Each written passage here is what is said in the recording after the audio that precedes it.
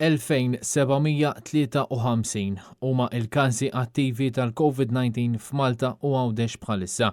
Fl-ewwel 17 il-ġurnata tas-sena l-ġdida pajjiżna rreġistra 2778 każ tal-coronavirus. Fis-sena 2021 sissa 120 persuna bil-virus.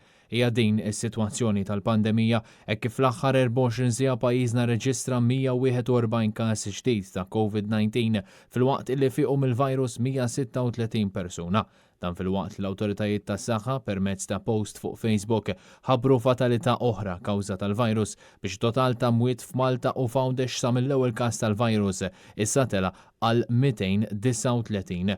Mill-bidu tal-pandemija f'Marzu tal-2020 b'kollox kienu rreġistrati 15,588 każ filwaqt li fiequ total ta' 12,596 persuna. Intant il-ħadd fl-isptar Mater Dei bdiet tingħata t-tieni doża tat-tilqima għal kontra l-COVID-19. Fil-fatt l-infermiera tal-Infectious Diseases Unit Rachel Grek li kienet l-ewwel persuna f'pajjiżna li ngħatat din it-tilqima il-ħadd filgħodu ħadet it-tieni doża tat-tilqima tal-COVID-19.